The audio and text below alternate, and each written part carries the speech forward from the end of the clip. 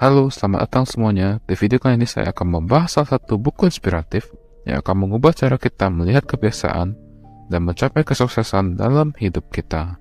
Buku itu berjudul The Power of Habit yang ditulis oleh Charles Duhigg. Saya telah merangkum semua itu dalam satu video ini. Selamat menyaksikan.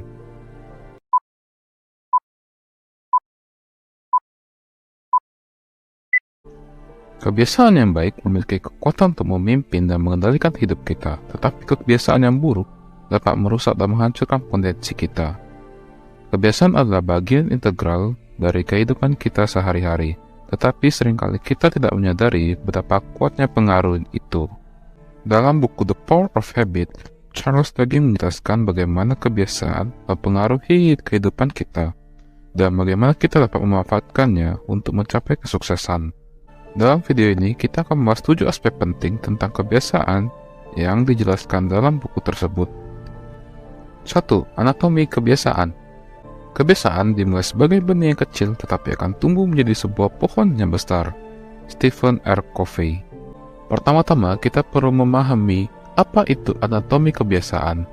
Menurut Duhigg, anatomi kebiasaan terdiri dari 3 komponen, yaitu sinyal atau pemicu, rutinitas, dan hadiah. Sinyal adalah apapun yang memicu kebiasaan seperti waktu, tempat, atau emosi. Rutinitas adalah tindakan yang dilakukan sebagai respon terhadap sinyal tersebut. Hadiah adalah sesuatu yang kita dapatkan dari tindakan tersebut, baik itu kepuasan, kelegaan, atau bahkan kecanduan.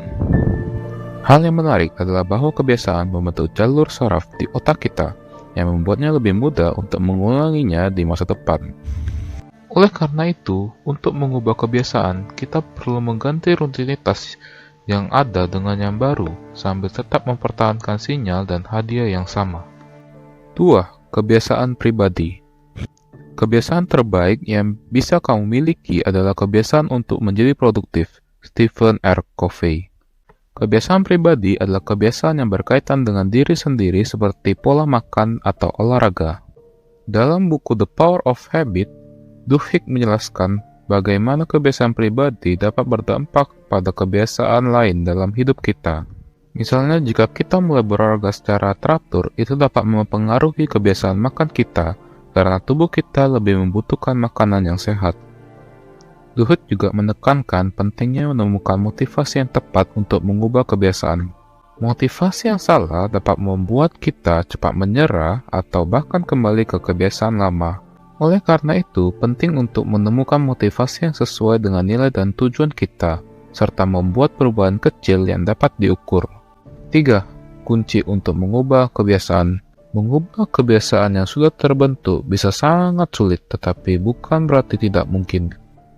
Menurut Charles Duhigg, kunci untuk mengubah kebiasaan adalah dengan mengidentifikasi isyarat, rutin, dan hadiah dari kebiasaan yang ingin diubah. Misalnya, jika isyarat dari kebiasaan merokok adalah stres, kita dapat mencoba mengganti rutin dari merokok dengan tindakan lain yang membantu mengurangi stres, seperti meditasi atau olahraga.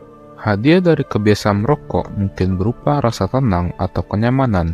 Jika kita dapat mencoba menemukan alternatif hadiah yang lebih positif dan sehat, seperti membaca buku atau mendengar musik, mengubah kebiasaan membutuhkan waktu dan usaha, tetapi dengan memahami kunci untuk mengubah kebiasaan, kita dapat mencapai perubahan yang lebih baik dalam hidup kita.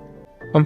Mengganti kebiasaan yang tidak diinginkan. Setiap orang pasti memiliki kebiasaan yang ingin diubah, seperti merokok, makan terlalu banyak, atau sering menunda-nunda pekerjaan. Namun, mengubah kebiasaan yang sudah menjadi kebiasaan yang tertanam sangatlah sulit. Namun, Charles Duhigg menunjukkan bahwa mengubah kebiasaan yang tidak diinginkan dapat dilakukan dengan memahami 3 elemen dari kebiasaan, yaitu sinyal, rutinitas, dan hadiah.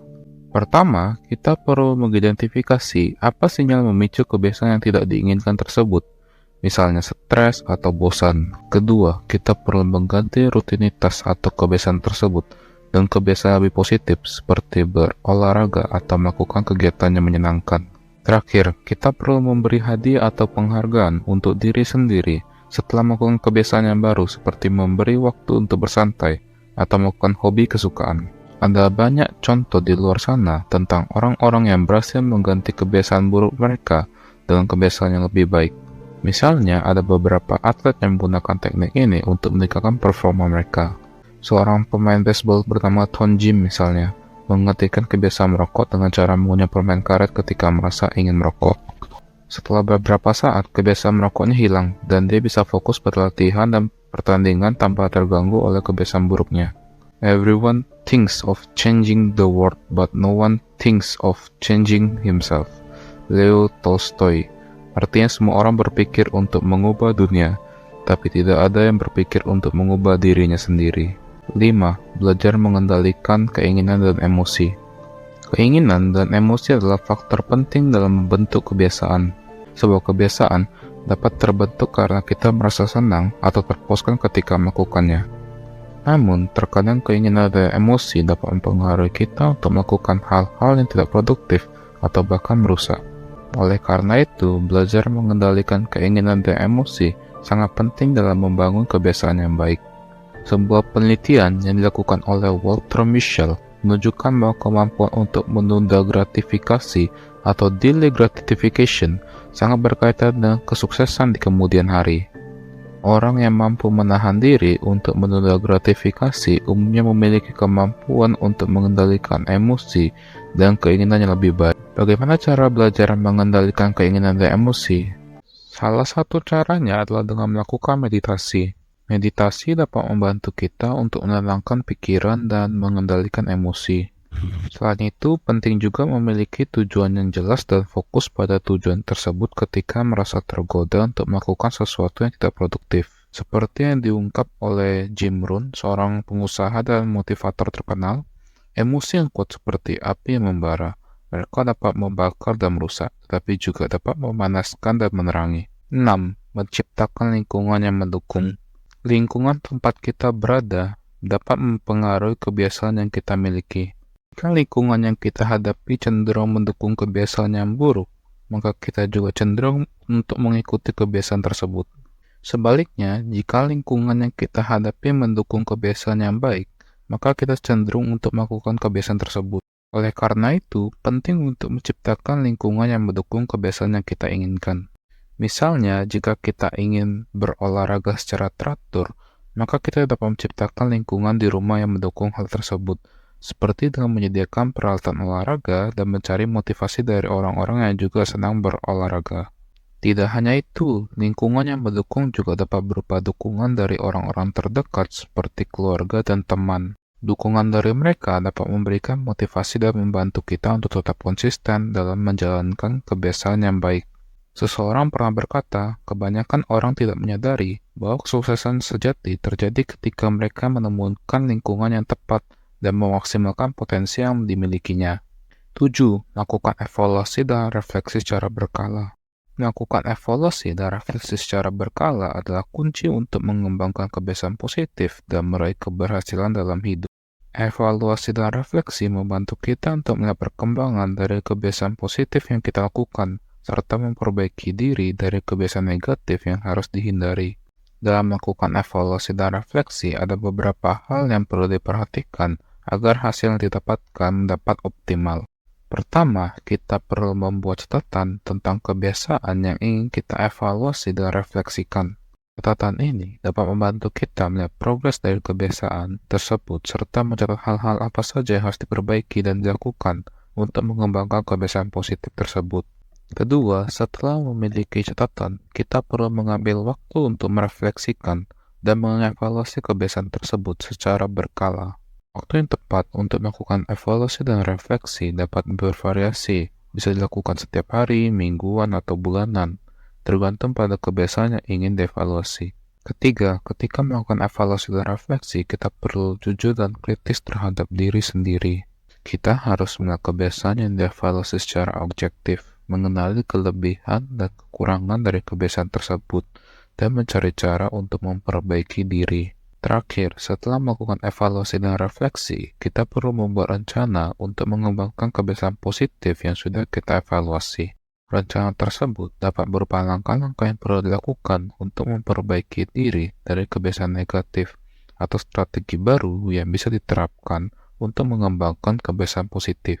Dalam kesimpulannya, lakukan evaluasi dan refleksi secara berkala adalah hal penting dalam mengembangkan kebiasaan positif dan mencapai tujuan hidup.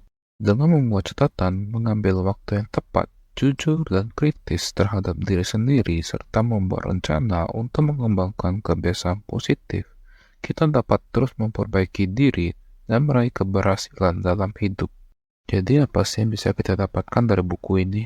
Buku ini mengajar kita tentang pentingnya kebiasaan dan bagaimana cara mengembangkan kebiasaan yang positif dalam hidup kita. Dengan memahami anatomi kebiasaan, kita dapat memahami cara kerja otak kita dan mengubah kebiasaan buruk menjadi kebiasaan yang positif. Selain itu, kita juga perlu memahami bagaimana lingkungan dan situasi dapat mempengaruhi pembentukan kebiasaan. Terakhir, untuk mengembangkan kebiasaan positif, kita perlu memiliki komitmen, motivasi, dan konsistensi dalam melaksanakan kebiasaan positif yang kita inginkan. Dengan menerapkan konsep-konsep yang diajarkan dalam buku ini, kita dapat meraih keberhasilan dalam hidup dan mencapai tujuan yang kita inginkan. Mungkin itu saja yang bisa saya sampaikan. Jangan lupa like, komen, dan subscribe ya. Sampai jumpa di video selanjutnya. Bye.